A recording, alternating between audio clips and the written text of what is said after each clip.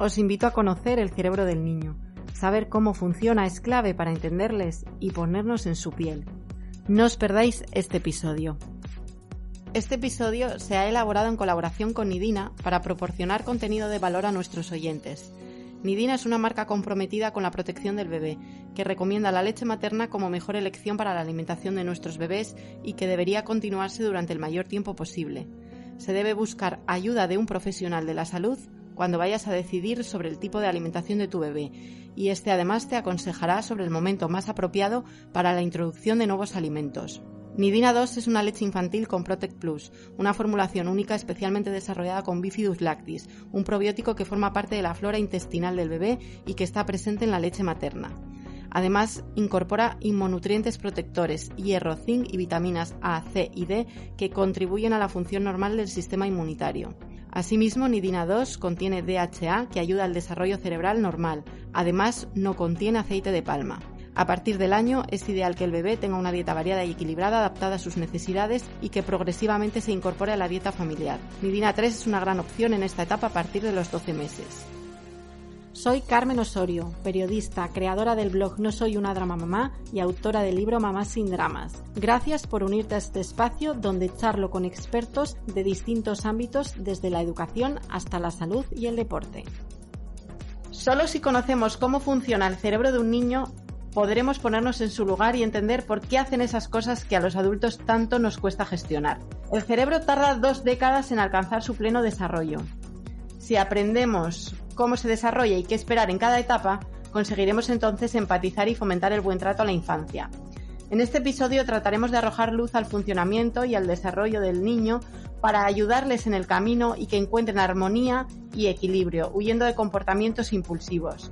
Y para ello cuento por segunda vez en este podcast con Rafa Guerrero. Bienvenido, Rafa, otra vez.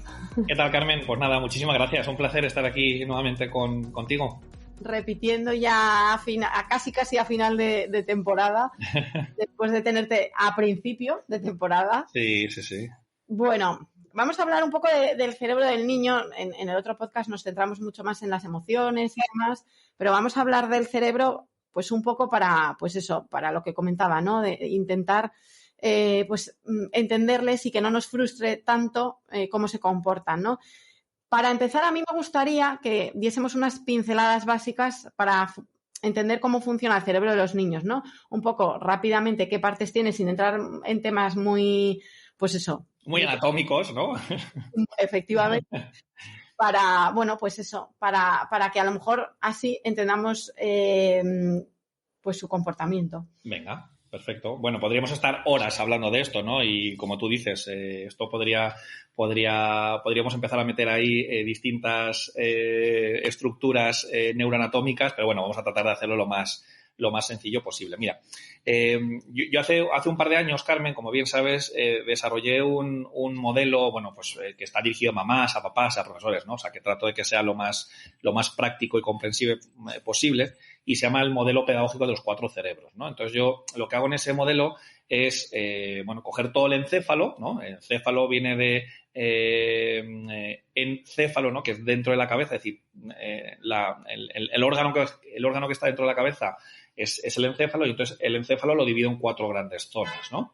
Y por eso suelo hablar le pongo colores, ¿no? Para hacerlo más sencillo todavía, ¿no? Hablo del cerebro rojo, del cerebro verde, del azul y del amarillo, ¿no? Entonces el encéfalo lo dividimos en esas 4 grandes zonas. Es cierto que el objetivo que perseguimos con nuestros hijos es que el día de mañana tengan un encéfalo interconectado, ¿no? Es decir, que estas 4 grandes zonas estén conectadas entre ellas.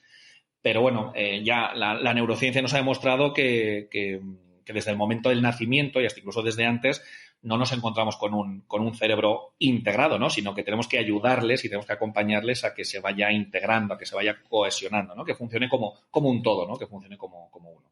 Entonces, de manera muy, muy, muy esquemática. En esas 4 zonas, la primera zona de la que hablaríamos sería el cerebro rojo. El cerebro rojo se encuentra anatómicamente la parte más del sótano, ¿no? del encéfalo, y es la parte de la supervivencia. Es donde tenemos nuestras necesidades físicas, los instintos, los reflejos. El siguiente cerebro sería el cerebro verde, Y en ese cerebro verde nos encontramos con, sobre todo, con el procesamiento de la emoción, ¿no? Cada vez que nuestros niños o nosotros, ¿no, Carmen? Experimentamos una emoción como es el miedo, como es la rabia, como son los celos, la vergüenza, la tristeza, se activa ese cerebro verde, ¿no? Es la que procesa la emoción.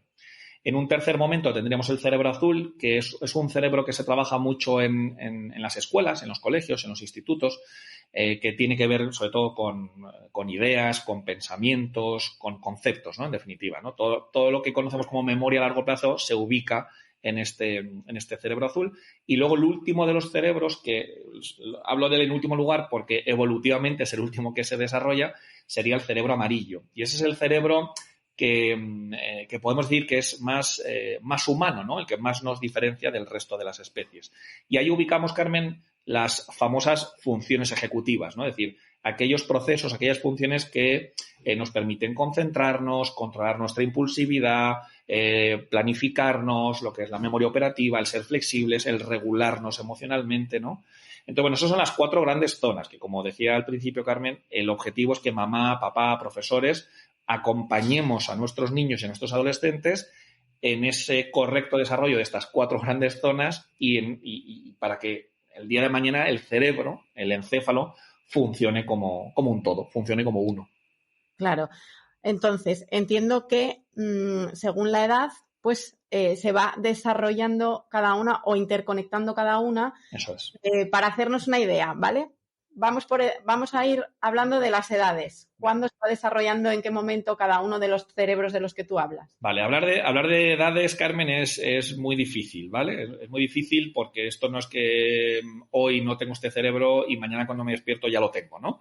Porque, como decíamos, es algo que debemos acompañar mamá y papá, que debemos potenciar, que debemos estimular, ¿no? Y luego también el contexto donde se desarrolle, ¿no? Esto se ha visto en numerosos estudios científicos que niños que se desarrollan, por ejemplo, en orfanatos, tienen cerebros anatómicamente, funcionalmente y de conectividad muy diferentes a niños que se están desarrollando en un entorno, en un clima familiar donde hay cariño, donde hay afecto, donde se les presta atención, donde hay normas, donde hay límites, ¿no? Donde hay un seguimiento y un acompañamiento. Y los cerebros son completamente diferentes, no tienen nada que ver, ¿no? Entonces, hablar de edades es diferente. Pero bueno, siguiendo con el esquema que hemos hecho antes, ¿no? Del cerebro rojo, el de la supervivencia, el verde, el de las emociones, el azul, el del pensamiento, las ideas y el amarillo, el ejecutivo. Fíjate, Boris Cyrulnik, que es uno de los grandes referentes que tenemos en cuanto a resiliencia y en cuanto a trauma, tiene una frase que a mí me encanta, Carmen, y dice, venimos a este mundo antes de nacer. Y me encanta, ¿no? Porque nosotros solemos celebrar los cumpleaños, pero es cierto que ya llevamos, ¿no? Que antes de nacer ya llevamos ahí unos cuantos meses, ¿no? Ya viviendo, ¿no? Aunque no fuera, ¿no? Del vientre materno. Entonces, el primer cerebro, el cerebro rojo, es un cerebro, fíjate, Carmen, que ya está desarrollado desde antes de nacer, ¿no? Es decir, el primer trimestre, los 4 primeros meses de vida, el cerebro rojo ya está activo. Es decir, la supervivencia, el latido cardíaco ya está en marcha desde la 8ª semana. Es decir, los instintos, los reflejos, todo eso ya está codificado. ¿Por qué? Porque el cerebro rojo es innato. Por lo tanto, en el momento del nacimiento, el cerebro rojo ya está preparado. Uh-huh. El segundo cerebro, el cerebro verde, en esencia es un cerebro que debemos aprender, ¿no? Lo que conocemos como inteligencia emocional es algo que se debe desarrollar, no es algo innato. Pero sí que hay algunos aspectos del cerebro verde que son innatos, ¿no? Que no son aprendidos. Por ejemplo, expresar la emoción. Nosotros no enseñamos, Carmen, a nuestros hijos a que pongan cara de miedo, a que pongan cara de asco, a que pongan cara de felicidad. Eso es innato, ¿eh? Es decir, la expresión de la emoción es innata. Es decir, como decíamos, ¿no? La mayoría de los aspectos del cerebro verde se tienen que aprender, ¿no? ¿Y qué hacemos mamá y papá? Pues les enseñamos cariño, esto que sientes es porque estás enfadado, esto que sientes es porque estás triste o porque sientes mucho miedo de que vaya a venir un monstruo y que te pueda hacer daño ahora que nos vamos a dormir, ¿no?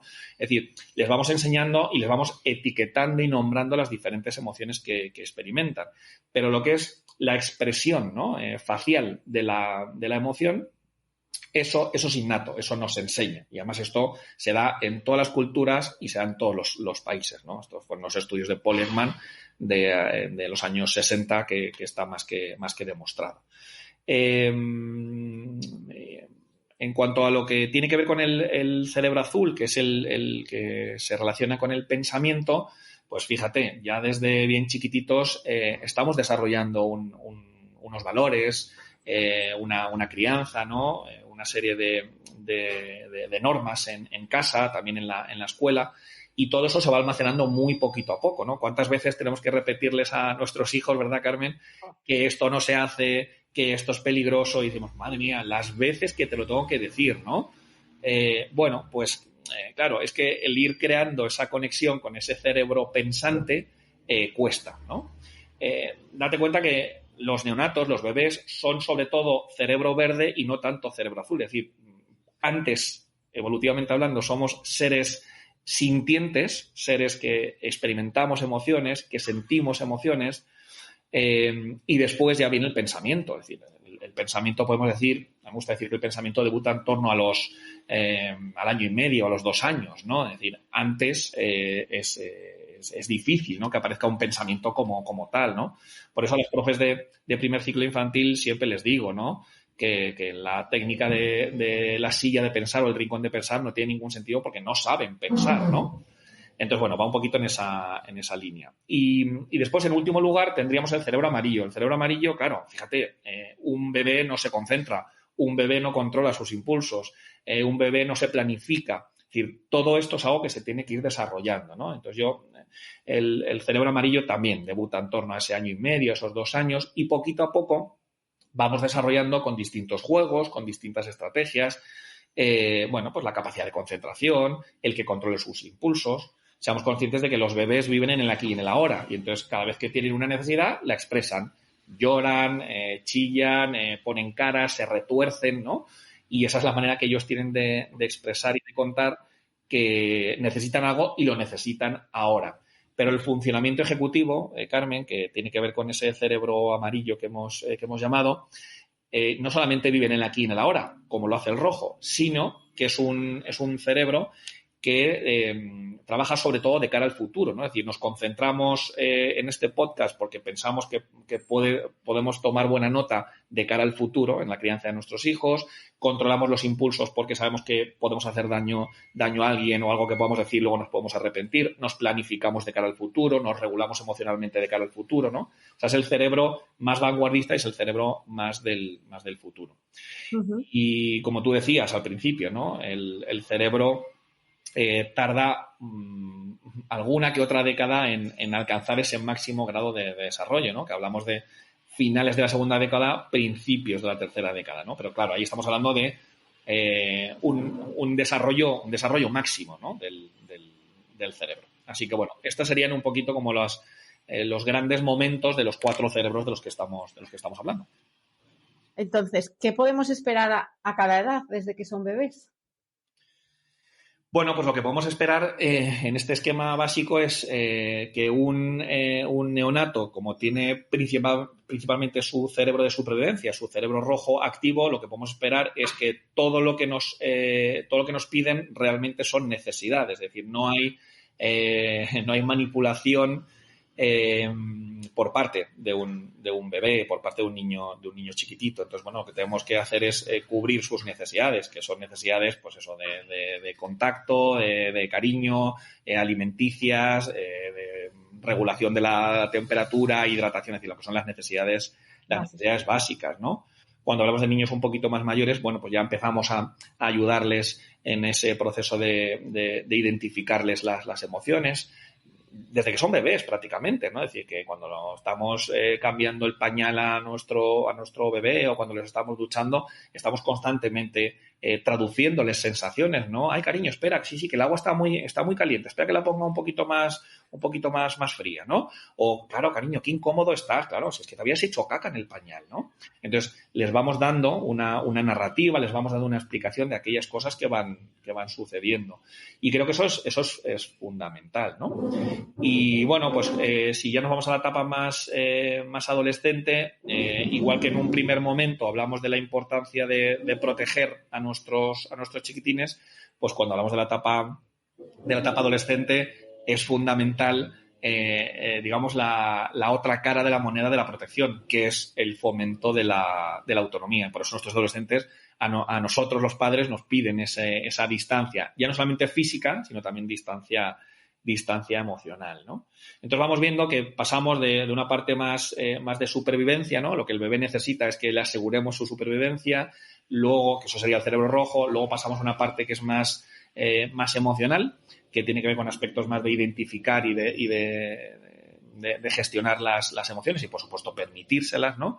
Luego, ya cuando entramos en el colegio, aparece, ¿no? Esa potenciación del cerebro azul, donde empezamos a adquirir muchos conceptos, muchas ideas, también con la educación en casa y los valores en casa, sin lugar a dudas. Y luego también vamos trabajando ese cerebro amarillo con la parte más ejecutiva. Uh-huh.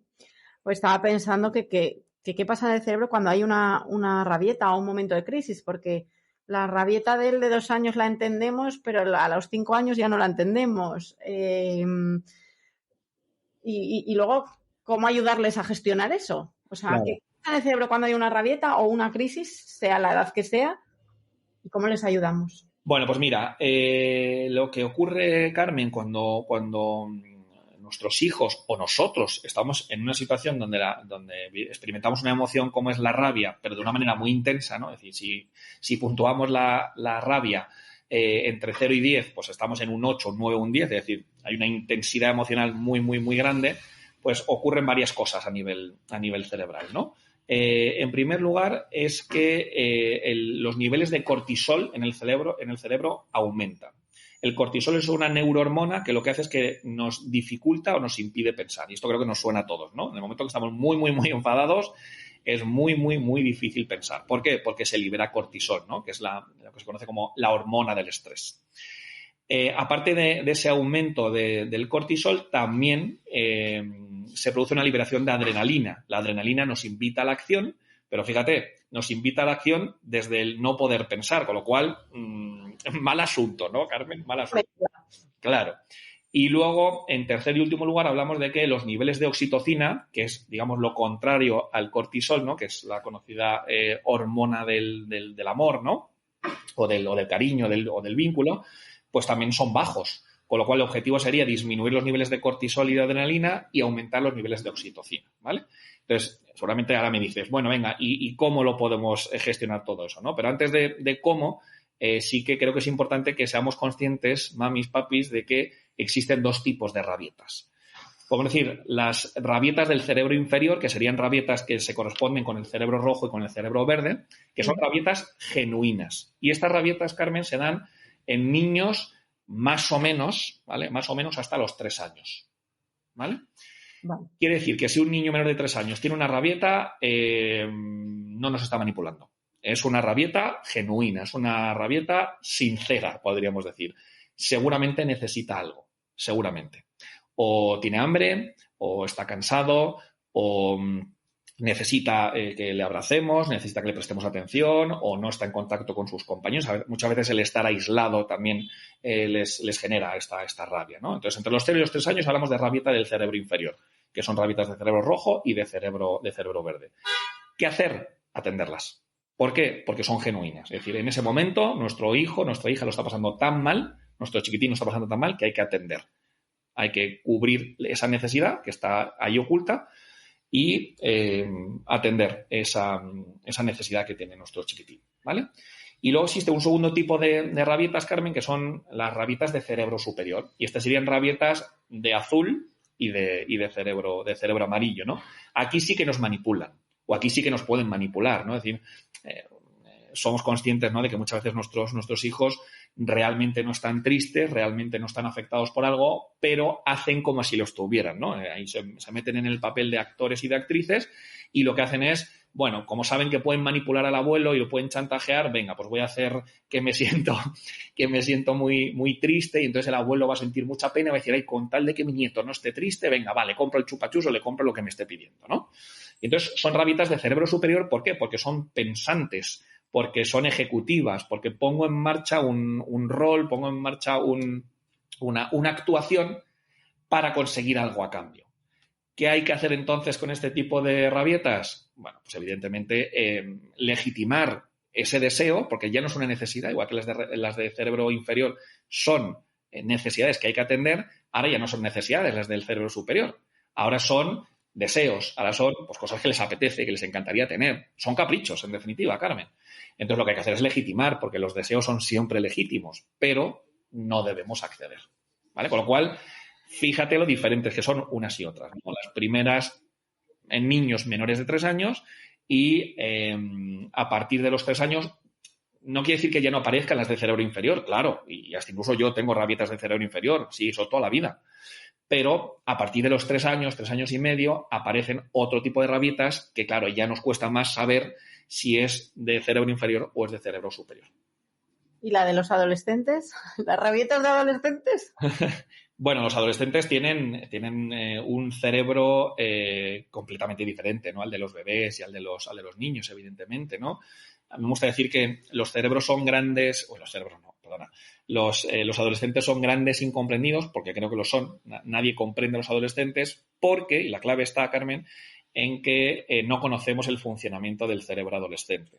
Si mamá, papás y profesores de la etapa de secundaria y bachillerato conociéramos mínimamente cómo es el cerebro del adolescente, en qué dirección va, cómo se conecta y por qué se comportan de la manera en que se comportan, creo que les comprenderíamos bastante más. El cerebro del adolescente es un cerebro que está ahí entre dos tierras, ¿no? Los adolescentes no son niños, pero tampoco son adultos. Es un cerebro que está en obras. Me gusta decir que esto es como cuando nos llega una aplicación, o sea, nos llega una notificación a nuestro móvil y nos dice actualización disponible.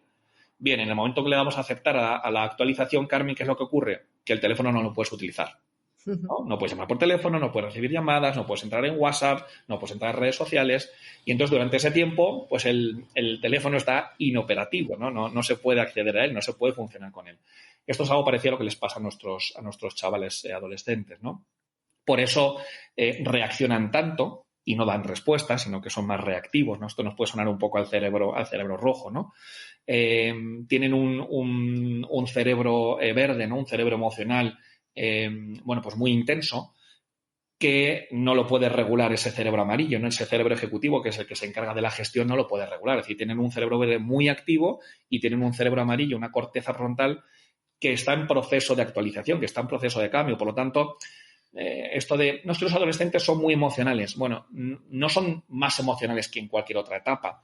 Lo que ocurre, Carmen, es que la parte del cerebro que se encarga de la gestión de los impulsos y de las emociones, es decir, el cerebro amarillo que se encarga de gestionar la parte impulsiva, cerebro rojo, y la parte emocional, cerebro verde, está actualizándose. Es muy fina, es muy inmadura, está poco conectada con el sótano cerebral. Con lo cual, de repente mi hija se estaba riendo conmigo y a los 2 segundos está enfadadísima conmigo. Es que no hay quien entienda a esta niña, ¿no? Entonces, eso es lo que le pasa a nuestros adolescentes, que tienen un cerebro que se está reorganizando, que se están realizando muchos procesos que lo que van a permitir es que cuando acabe la etapa adolescente, que suele durar unos 4 o 5 años aproximadamente, en algunas ocasiones con mayor intensidad y en otras veces con menos intensidad, cuando acabe la etapa adolescente, en la posadolescencia, nos encontramos con un cerebro nuevo. Un cerebro nuevo. Y una curiosidad que yo tengo es, ¿por qué no recordamos los primeros años de vida cuando son tan importantes en nuestro desarrollo? O sea, es que realmente dices tú, bueno, yo de infantil me acuerdo de 2 episodios del cole contados o de una fiesta de fin de curso, pero, o sea, quiero decir, muy vagamente. Pasa. Sí, la verdad que es un fenómeno bastante interesante, ¿no? Y también ha generado muchos mitos, ¿no? El otro día me contaba una mamá en consulta que, bueno, su hijo de 1 añito había sufrido un accidente, bueno, bastante delicado, bastante traumático.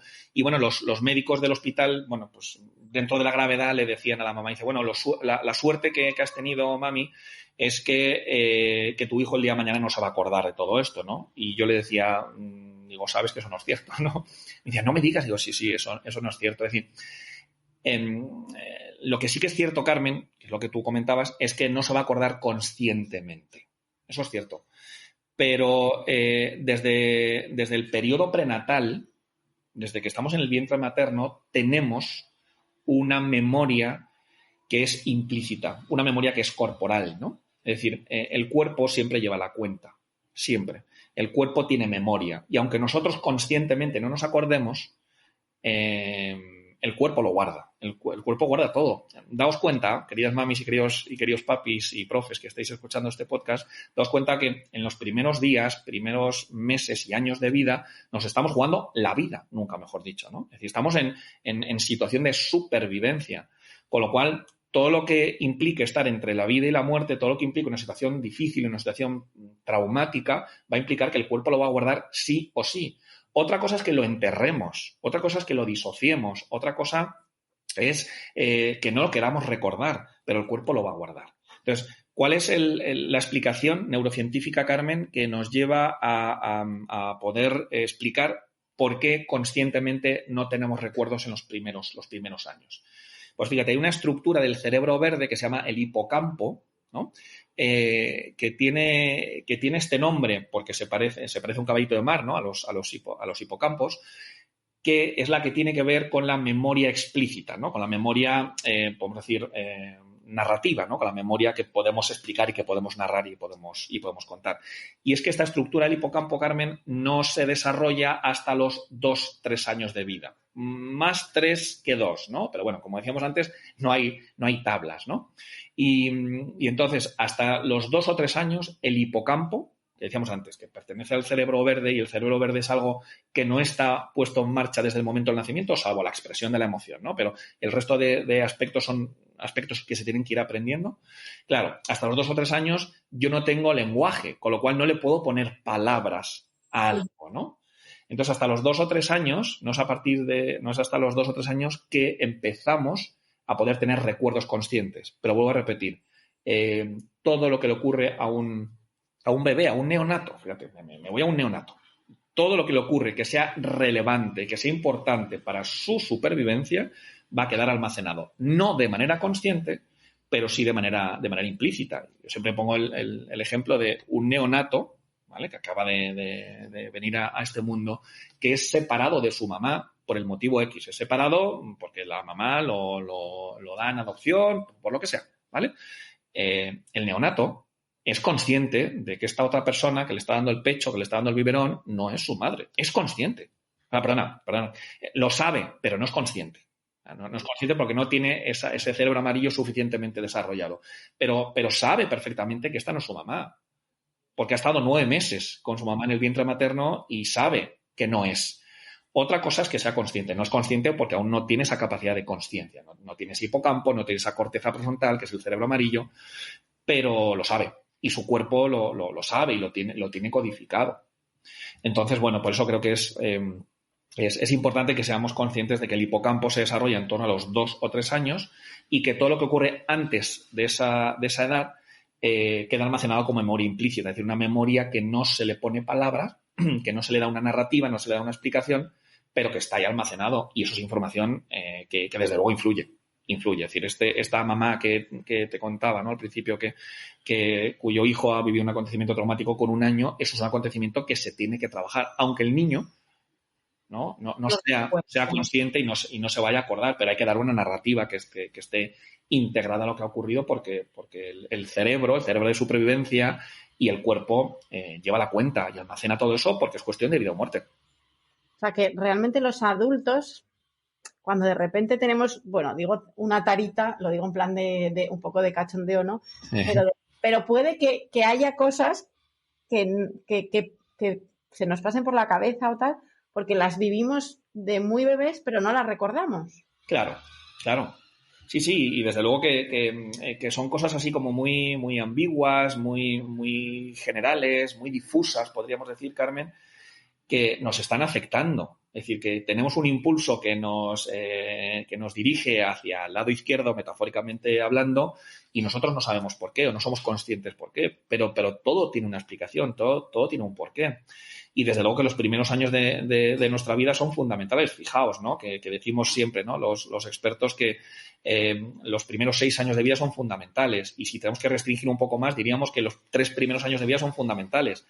Y acabamos de decir, Carmen, de que los 3 primeros años de vida no tenemos recuerdos conscientes. Entonces, claro, toda esa información está guardada. Toda la información, cuando digo toda la información, me refiero a toda la información que es relevante, ¿no? Un chiquitín que estuvo a punto de ahogarse cuando tenía 6 meses en la bañera mientras su papá o su mamá lo estaba bañando, seguramente no lo vaya a recordar.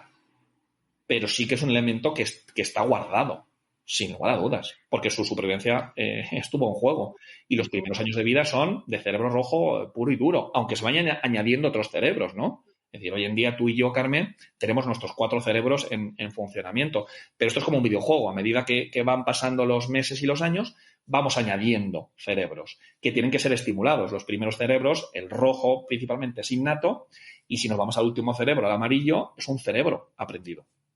Y por eso es tan importante la estimulación, por eso es tan importante mamá y papá, por eso es tan importante los buenos tratos. Fundamental. Bueno, vamos a hablar precisamente de estimular el cerebro de los niños. Vamos a ir por edades, ¿vale? ¿Qué sería importante en la etapa de los bebés? Bueno, pues los bebés, podríamos empezar diciendo, Carmen, que todos los seres humanos, independientemente de la edad, tenemos una serie de necesidades que tienen que ser cubiertas y satisfechas, ¿no? La diferencia entre un bebé y un adolescente o un adulto es que el adolescente y el adulto, teniendo las mismas necesidades que pueda tener un neonato, nosotros tenemos la capacidad de, teniendo esa necesidad, autosatisfacerla. Es decir, que cuando tenemos hambre nos preparamos algo de comer. Que cuando necesito protección, pues si no la tengo, puedo pedir ayuda a un amigo que me escuche, ¿no? La diferencia con el neonato, la diferencia con el bebé es que no tiene esa capacidad. Tiene las mismas necesidades, pero resulta que no tiene esa capacidad de autosatisfacerla. Es decir, necesita a un otro que se encargue de darle de comer, se encargue de hidratarle, se encargue de darle esa protección, de darle esa seguridad y darle esa tranquilidad, ¿no? Y luego, dentro de esas necesidades, que yo las tengo identificadas, ¿no? Yo en los distintos libros hablo de las 16 necesidades de contenido emocional del ser humano, ¿no? Entonces, esas 16 necesidades de las que suelo hablar, Carmen, voy a repetir, están presentes desde el neonato y están presentes en la persona de 80 a 90 años. La diferencia está en que, teniendo tanto el neonato como el de 80 años esas 16 necesidades activas, unas van a estar más activas que otras en función de ¿qué? En función de 2 variables. La primera de ellas es la etapa evolutiva en la que esté. No es lo mismo una persona de 80 años que un neonato, que un adolescente, que un adulto de 30 años. Y también la segunda variable, Carmen, tiene que ver con la personalidad. No es lo mismo Juanito que María. No es lo mismo. Son personas diferentes. Hay niños que necesitan ser más protegidos y otros niños que necesitan ser menos protegidos. Pero todos necesitan ser protegidos. Hay niños que necesitan que les fomentemos más la autonomía y hay niños que necesitamos que se la fomentemos menos porque ya tienen ese carácter más investigador y más curioso, ¿no? O más sociable. Pero todos necesitamos que nos fomenten y poner en marcha la autonomía, ¿no? Entonces, bueno, una vez dicho esto así como parte más introductoria, ¿qué necesitan los bebés? Pues los bebés sobre todo lo que necesitan es que les protejamos, ¿no? La necesidad de protección, que es una de las necesidades más importantes y básicas, es lo que necesita un bebé, es decir, un neonato. Alguien que le proteja, alguien que le cuide, alguien que se vincule con él, ¿no? Por eso es tan curioso, ¿no?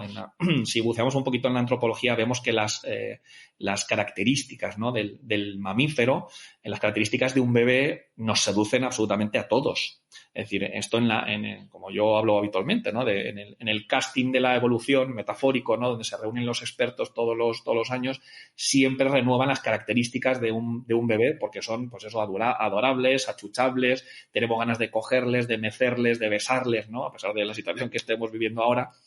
Y eso es porque las características físicas de los bebés nos generan esa protección. Pero fíjate cómo lo digo en tono de gracia, ¿no? Fíjate cómo nos manipulan, ¿no, Carmen? Que sus características hacen que sean achuchables porque es que ellos necesitan que les protejamos, ¿no? Entonces los bebés, los neonatos, necesitan sobre todo que nos vinculemos con ellos, que les protejamos, necesitan que poquito a poco vayamos desarrollando esos cerebros más superiores, ¿no? Y vayamos desarrollando el lenguaje, vayamos dando una narrativa, vayamos diciendo, ¡ay, mi chiquitín, que se ha resfriado! ¡Ay, mi niño, que tiene hambre! Y entonces vamos poniéndole nombre a aquellas necesidades que tienen. ¿Tienes hambre? ¡Ay, cariño, qué sueño que tienes! Venga, vamos a dormir. Y entonces le vamos poniendo nombre a las distintas necesidades, de tal manera que vamos desarrollando la narrativa, vamos desarrollando el lenguaje, nos vamos comunicando con ellos. Fundamental también con los chiquitines que juguemos, que haya estimulación a todos los niveles, ¿no? Estimulación física, como le gusta a los chiquitines, a los bebés, ¿no? Que les hagamos cosquillas, que juguemos al cucutrás, distintos tipos de estimulación visual, es decir, se pueden ir haciendo muchas cosas, pero sobre todo esto es lo que necesitarían los bebés, ¿no? Los neonatos.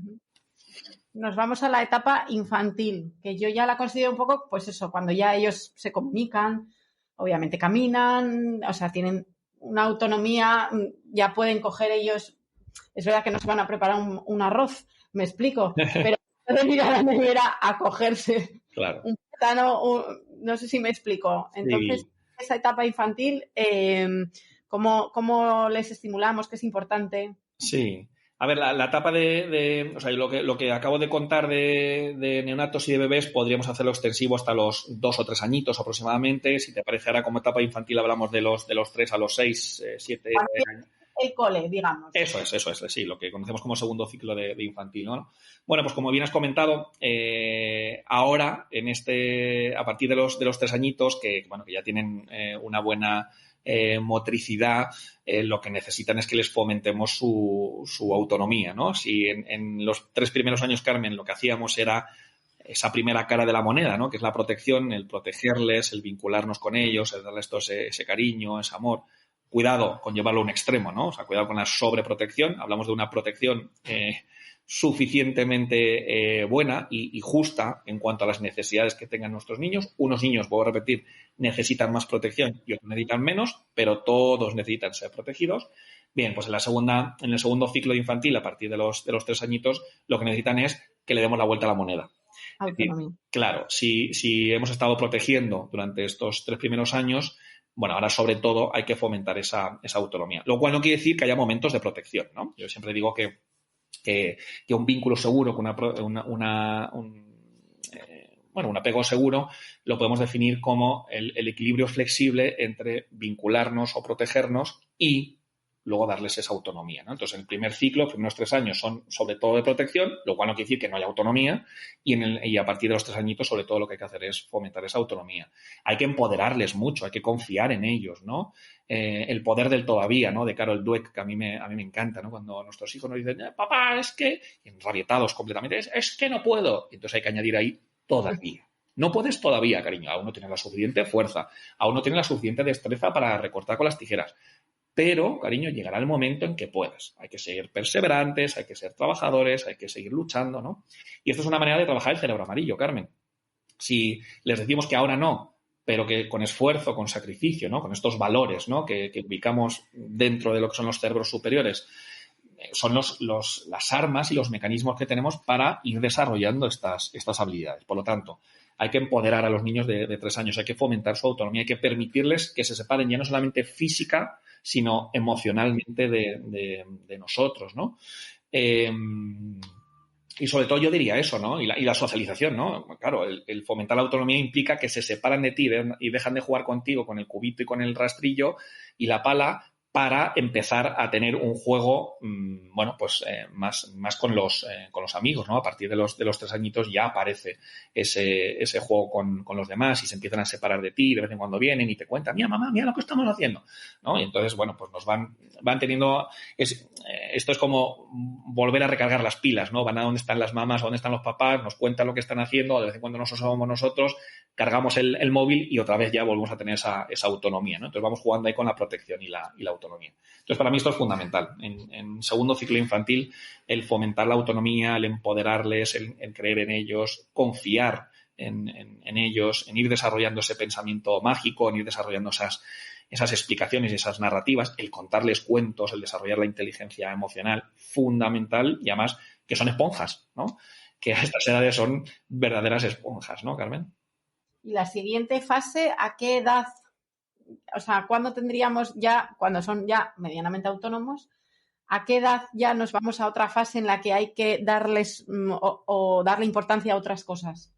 Bueno, pues fíjate, si queréis ahora podemos hablar de la etapa de primaria, ¿no? A partir de los 6-7 añitos yo aquí lo que haría sería trabajar ya de manera, igual que antes lo mencionas un poco por encima, a partir de primaria empezaría a potenciar y a trabajar mucho más las funciones ejecutivas, es decir, capacidad de concentración, el control de los impulsos, regulación emocional, la planificación, ¿no? Claro, daos cuenta que ya en el colegio aparecen aparecen ya los deberes, aparecen ya el trabajo tanto individual y autónomo como trabajo en equipo, empiezan a hacer ya trabajos en clase en equipo, luego tienen que hacer proyectos que tienen que ir a las casas de los unos de los otros para ir haciendo estas actividades, ¿no?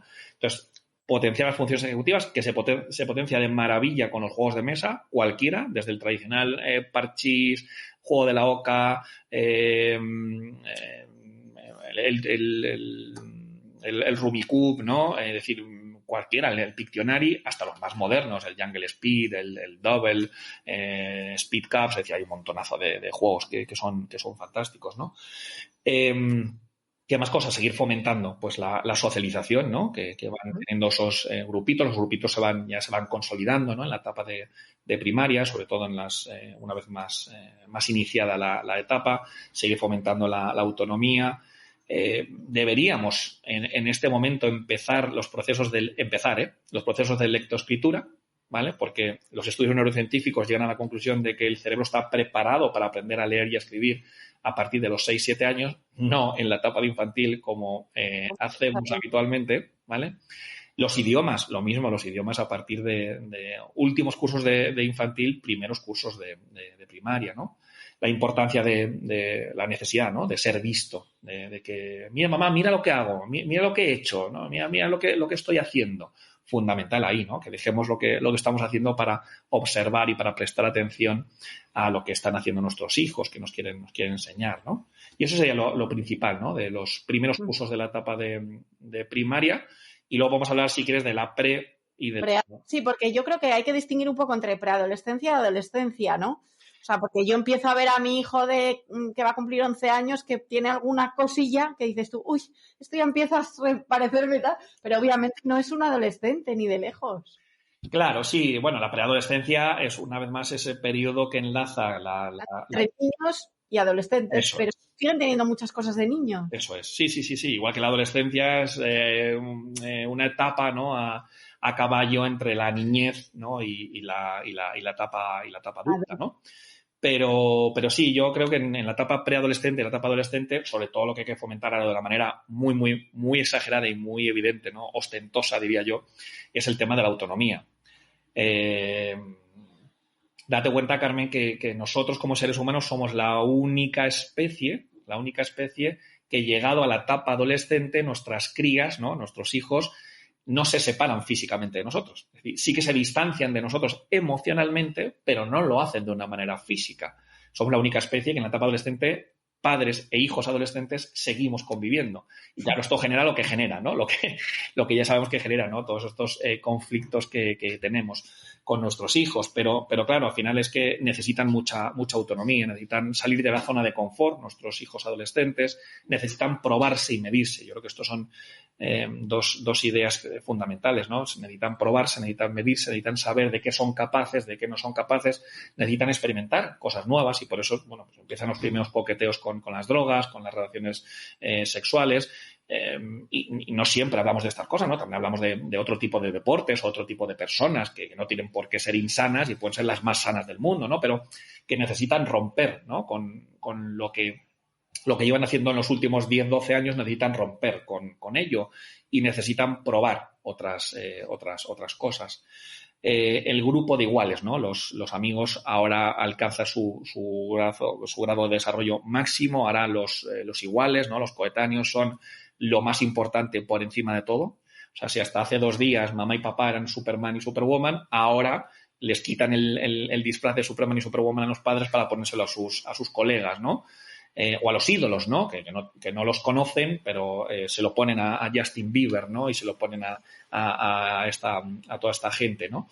La necesidad de pertenecer a un grupo, ¿no? El sentido de pertenencia es fundamental en la etapa adolescente. Voy a repetir, el sentido de pertenencia también está activo en el neonato y también está activo en la persona de 70, 80 años, pero alcanza su grado de desarrollo máximo en la etapa adolescente, el ser visto por sus iguales. Por eso muchas veces se comportan de maneras diferentes cuando están en grupo a cuando están con nosotros, ¿no, Carmen? Porque necesitan ser vistos, aceptados y empoderados por sus iguales y no tanto por la autoridad.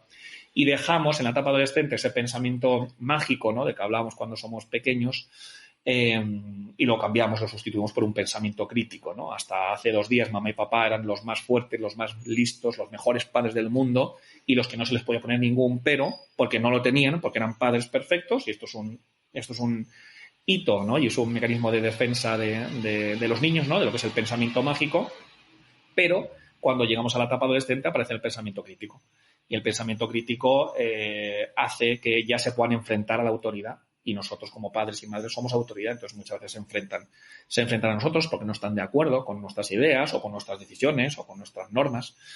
Y bueno, pues la situación se hace un poquito más tensa, ¿no? La verdad es que es impresionante, ¿no? Lo que ocurre ahí en 15 años, es una pasada. O sea que al final nuestra labor es interconectar todos esos, bueno, tú los llamas todos cerebros, ¿no? Pero digamos que son partes del cerebro. Claro, sí. Esto de cerebros es una metáfora, ¿no? Hablamos de 4 cerebros cuando en realidad tenemos solamente un cerebro. Son zonas cerebrales, son estructuras cerebrales que si somos capaces de primero comprenderla, ¿no? Yo creo que la psicoeducación, el entender cómo funciona el cerebro es fundamental y si somos capaces de saber cuáles son las características básicas, que yo lo he hecho de una manera muy, muy esquemática, ¿no? Por cuestión de tiempo, pero las características básicas de cada uno de esos 4 cerebros y saber en qué etapa predomina qué cerebro sí. Y cuáles son los pasos un poco que tenemos que seguir, pues la crianza se hace más llevadera, que no podemos evitar los conflictos, porque el conflicto es parte de la naturaleza, iba a decir humana, no animal, claro, ¿no? Claro, efectivamente. No, pero bueno, pues es que es lo que dices tú, ¿no? O sea, sabiendo qué podemos esperar a cada edad, pues también nosotros nos autorregularemos, porque claro. Efectivamente no es lo mismo una rabieta de 2 años que de 10. No se puede esperar lo mismo de un niño de 2 años que de 10. Claro. Un niño de 2 años no puedes tener en un restaurante 2 horas sentado, tal. A uno de 10 a lo mejor ya le puedes pedir, oye, llévate algo para dibujar o lo que sea, pero ya tienes que estar sentado más tiempo, más... Claro.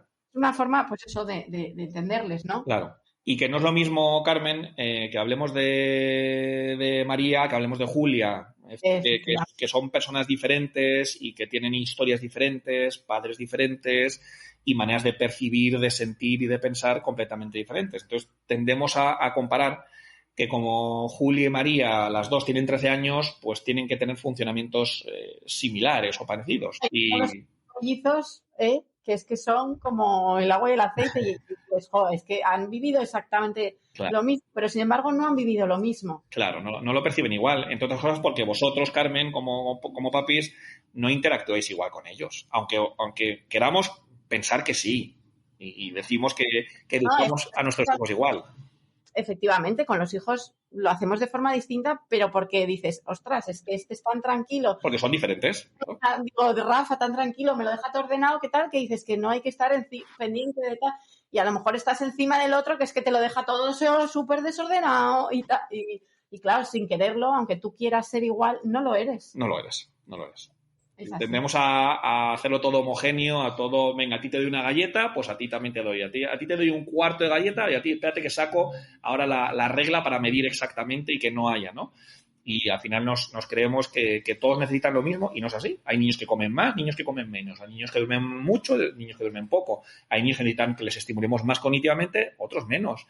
Hay niños más sociables, niños menos sociables. Es decir, que cada uno somos un mundo, pero claro, tendemos a meterlos todos en una misma casilla. Y entonces los de 13 se comparan entre los de 13, los de 2 con los de 2 y los neonatos con los neonatos. Y es un error, hay que hacer camisas a medida y no camisas de talla única. Efectivamente. Bueno, Rafa, pues ya se nos han pasado los 45 minutos. Muchísimas gracias por esta aproximación al cerebro. Estoy convencida de que va a ayudar a mucha gente. Así que nada, ya pues lo mismo para la segunda temporada. Pues nada, ya sabes que yo encantado, Carmen. Espero que la gente que nos haya escuchado le haya servido, le haya gustado y nada, que ha sido un placer. Gracias por invitarme nuevamente y nada, te mando un beso muy fuerte. Pues ya en el episodio anterior pudisteis escuchar aquí al amigo Alfonso. Hola, ¿qué tal? Bienvenido otra vez. Hola, muy buenas. ¿Repites? Aquí sigo. ¿Sigues? No me han despedido. Pues no puedes quejarte, ¿eh? No puedes quejarte. ¿Sigo siendo colaborador? Sigue siendo. Pero llego a podcaster ya. No sé si llego yo, no te digo más. Yo quiero poner podcaster en LinkedIn. Pues colaborador es como que me suena un poco a Rafa Mora. Entonces yo quiero algo más de nivel. ¿Cómo lo ves? Colaborador suena muy bien, hombre. No sé, bueno, a mí me gusta. A lo mejor es que colaboradora me suena mejor que colaborador, no sé. Bueno, venga, va. Vamos al lío. Vamos a comentar un poquito la entrevista de hoy.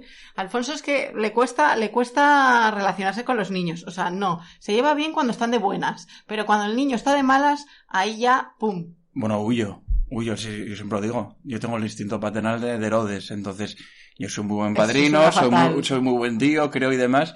Pero yo lo paso muy bien con ellos y en cuanto chiflan o en cuanto se ponen de nones, yo cojo y que te aguante tu padre, que paso te ha tenido, ¿no? ¿Te parece? Bueno, a ver, pero el podcast de hoy, ¿qué te ha parecido? Porque Rafa habla súper bien. Rafa habla genial Rafa, es de aquí el gran mérito que consigas que un tema que a mí a priori no me interese demasiado, pues presta atención. O sea, has estado muy pendiente de la entrevista, sí, tomando notas, además. Efectivamente, sí, es un profesional y realmente ha dicho cosas muy, muy interesantes. Y sí que es verdad que a mí es un tema que se me escapa un poco. Yo enseguida vosotros, tú como madre, imagino que los padres y profesores también, cosas que decía él, tú enseguida sentías o enseguida identificabas momentos de los niños de la infancia y claro, a mí hay cosas que se me escapan. Sí, pero bueno, de todas formas, ha dicho cosas muy interesantes sobre el cerebro como tal, ¿no? O sea, que al final... A mí esa es la parte que más me gusta o que más porque además los dos conozco mucho, entonces cuando va un poco a cosas más médicas, que igual es cuando realmente otra gente desconecta o va más al comportamiento del niño, pues a mí es cuando me engancha y donde le saco más jugo a la entrevista. ¿Algo que te haya gustado especialmente? ¿Esas notas que tomaste? No, me hizo gracia la mención a la adolescencia y la referencia a la analogía que hacía él de que es como cuando un teléfono móvil está sí, actualizándose, que es que está ocupado y que no puede hacer otra cosa. Es decir, el cerebro está creciendo, está evolucionando, está en obras y no puede estar realmente a otra cosa. Me gustó. Además, debo decir que en algunos esa adolescencia debe ser como en el iPhone, que es decir, que en toda la noche no lo consigue, pues la adolescencia de algunos debe ser así, ¿no? ¿Tú te sentiste incomprendido en la adolescencia o no? No especialmente. No especialmente. No, yo soy una persona bastante aburrida. O sea, nunca he sido especialmente conflictivo. Ni dramas, no sé. Sí, o sea, normal, feliz, tranquilo, no. ¿No te recuerdas especialmente? No, soy así de gris. No, pero bueno, yo tengo mis recuerdos del cole un poco pues alteradas, sí, en general. Pero bueno, sí que es verdad que en casa tampoco me recuerdo ahí como algo muy... Bueno. Tampoco salíamos ahí a lo loco ni No sé, bueno, la recuerdo medianamente tranquila también. Bueno, a ver, tú fuiste más... Es que estamos aquí hablando de un tema de adolescencia y igual se nos está yendo. Es decir, tú fuiste más tranquila, más... Sí. Un poco monja, más... O sea, es decir... Un poco monja. Te quiero decir que yo tampoco voy a ir ahora de modelo de nada cuando yo... Bueno, cuando he tenido que serlo, igual he sido un poco pieza.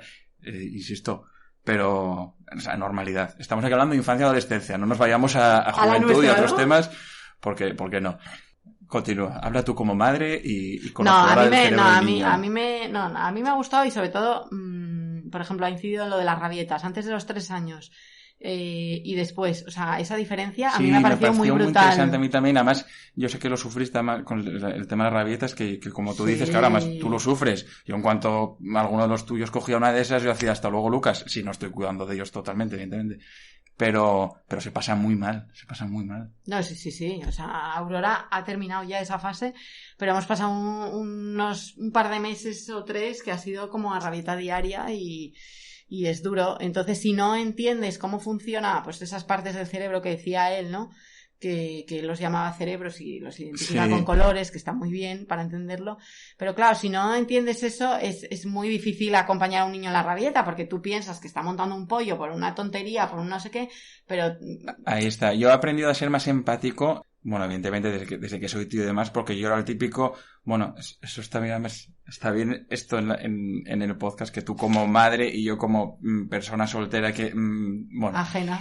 Yo era el típico que en un avión veía a un niño con una perreta, no sé qué, y ya ponía los ojos en blanco, en plan de este niño, mira que no sé qué, porque piensas que simplemente que está mal educado, que le están, oye, que igual le están educando mal, o que igual el niño es un caprichoso, y así dices tú, a ver, no, intento, pues, ahora empatizo mucho más con los niños, la verdad.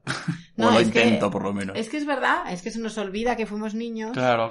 Y los adultos empatizamos muy, desde mi punto de vista, empatizamos muy poco con los niños. Sí, totalmente. Se ha visto en la pandemia, ¿no? Que han sido un poco también muy perjudicados y no se han tenido en cuenta sus necesidades. Y no, la verdad es que para mí era un podcast importante hacerlo, porque la única manera de entender los comportamientos de los niños es conociendo cómo se está desarrollando su cerebro y que no les podemos exigir ciertas cosas porque es que están en pleno desarrollo y es que es muy fácil hablar como adultos cuando tienes ya una serie de vivencias y todo tu cerebro conectado, pero claro, no es fácil comprenderlo cuando sabes que todo eso está pasando, ¿no? Por la cabeza de ellos. Así que a mí me ha gustado mucho y aparte que a mí me gusta mucho Rafa, cómo explica las cosas y sabe mucho. Muy bien por Rafa. La verdad, yo poco más aquí puedo aportar porque a mí este tema es como preguntarte a ti de física cuántica. Efectivamente. O de cine clásico. Básicamente. Entonces, yo, encontré todo bastante interesante, todo muy nuevo para mí, los 2 tipos de memoria. Además, bueno, me gustó mucho. Así que, Rafa, gracias y enhorabuena por conseguir que a mí un tema como este me haya interese. Interesado. Exacto. Gracias por tu compañía. Ahora te toca seguir, ¿eh? Muy bien. Estamos acabando el programa y de mi libro que está ahí sobre la mesa no se ha hablado ni se va a hablar para nada. Y por lo tanto, yo estoy dispuesto a levantarme y abandonar la mesa. El rincón del gafapasta. Porque yo he venido aquí a hablar de mi libro y no a hablar de lo que opine el personal, que me da lo mismo. Pues aquí estoy. Muy buenas. Muy buenas, otra vez. ¿Cuánto tiempo?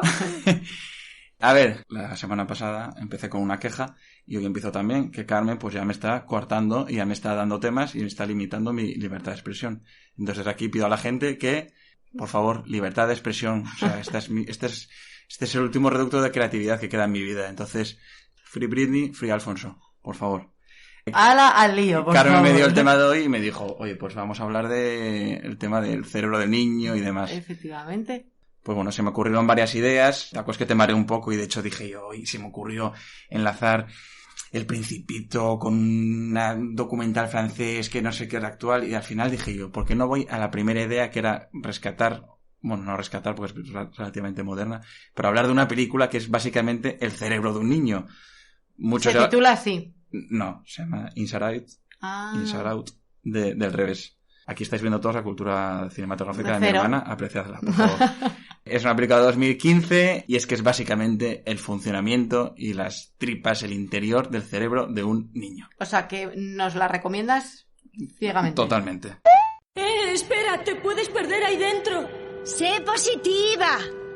Sé positivamente que te vas a perder.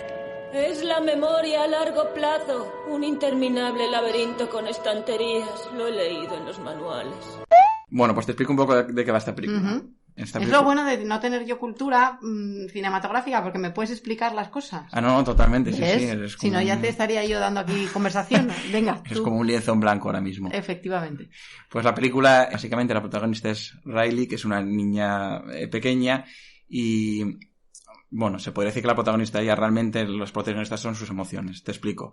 ¿Cómo plantea esta película? Es una película de Pixar, de Disney, y te explica el funcionamiento del cerebro de un niño. Hay 5 emociones básicas que son los protagonistas.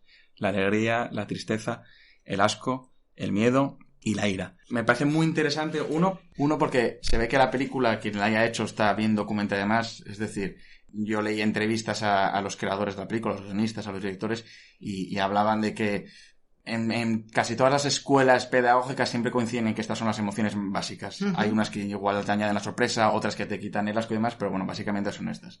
Además, el viaje emocional realmente de la película es la dualidad tristeza-alegría. ¿Qué haces? Y ya está, perfecto. Este es el círculo de la tristeza. Tu trabajo es asegurarte de que toda la tristeza permanezca ahí dentro. En esta era ahora de buen rollismo y de buenismo y de que todo tiene que ser tal, esta película te enseña que la tristeza es parte fundamental de esta vida. O sea, toca de refilón temas tan importantes como son la depresión infantil y cómo la combinación de la tristeza y la alegría, ese equilibrio, pues está la nostalgia, están otros sentimientos más complejos y que tienes que aprender a vivir con la tristeza. Realmente yo creo que la protagonista de esta película es Alegría, que es un personaje que puede resultar un poco incluso cargante, porque es como súper espídico y súper... Sí. Y todo que tiene que ser... Y coge a la pobre Tristeza, que es una chica bueno, quien haya visto la película sabrá, es una chica que va de azul y que parece que está siempre estorbando, y realmente... Al final, después de ese viaje emocional que tienen juntas, se pierden, pasan por diferentes zonas del cerebro y demás, y al final ella entiende que tiene que trabajar con la tristeza, que al final es un equilibrio, porque los padres se empeñan en tienes que estar contenta, tienes que estar alegre, tienes que estar, y la niña no entiende muy bien eso. Es una gozada. Jolín, pues según cómo la pintas, lo que no sé es por qué no la he visto. Es que me está ofendiendo, porque además es que tus hijos la han visto. He hablado de esta película con tus hijos. Sí. Además, es una película que es para toda la familia. Y esto de para toda la familia normalmente es un poco odioso, porque siempre se habla de películas como muy niñas. No, estas... Es una de estas buenas cosas de Pixar, que realmente son películas que tienen tantas lecturas que la va a disfrutar hasta un niño muy pequeño, porque tiene colorines, tiene tal.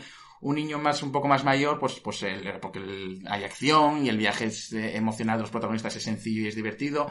Y los adultos, yo la he visto recientemente para preparar esto, tiene tantas lecturas y tiene tantos detalles, tiene detalles muy divertidos. Hay en algunos momentos en los cerebros de los adultos. Ves como, por ejemplo, el cerebro del adulto tiene un panel de mandos mucho mayor, porque a medida que va creciendo, pues evidentemente pues es más complejo. Cuando llega a la zona de memoria, ves cómo gestiona los recuerdos. A ver, que nadie se espere nada muy, muy técnico del funcionamiento de un niño, porque no va de eso la película. Claro. Pero... hay una parte en la que es muy divertida, en la que se muestra el mundo de los sueños, el subconsciente, y luego hay una parte, aquí no voy a hacer spoiler, pero quien haya visto la película sabrá, y quien no, que se prepare. Hay una parte muy, muy, muy triste. O sea, es decir, está la muerte de Bambi, está la muerte de Mufasa, y está un momentazo de esta película que se incluye ahí dentro de los sacar top el pañuelo de drama, ¿no? Efectivamente. Qué guay. ¡Ve a salvar a Riley! Llévala a la luna por mí, ¿vale?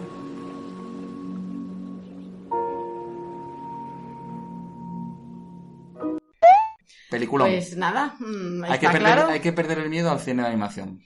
Totalmente. Eso sí que te doy la razón, porque yo lo que he visto me ha encantado siempre. O sea que me la apunto y te agradezco un montón este descubrimiento. De nada. Y yo creo que nos hemos enrollado ya, bueno... en esta ocasión tú, pero era bueno, tu Javi, espacio. Javi, luego me cortas y yo de aquí me despido. Mil gracias. Y hasta el próximo episodio. Hasta el próximo episodio. Adiós. Chao. Y aquí termina este episodio. Espero que la entrevista con Rafa os haya servido, os haya ayudado. Y espero también que este ratito juntos que hemos pasado al final pues os haya entretenido. La recomendación de Alfonso creo que ha estado muy bien. Y como siempre, os digo que podéis suscribiros en las distintas plataformas para no perderos ninguno de nuestros episodios. Ya sabéis que estamos en Spotify, iVoox, Google Podcast, Apple Podcast, Podimo, Storytel, bueno, en todas prácticamente. Nos vemos en el próximo episodio y a mí ya sabéis que podéis encontrarme en Instagram, no soy una drama mamá. Hasta entonces, os recordamos que este episodio se ha elaborado en colaboración con Idina y que toda la información está en la web de nestlebebé.es en leches infantiles.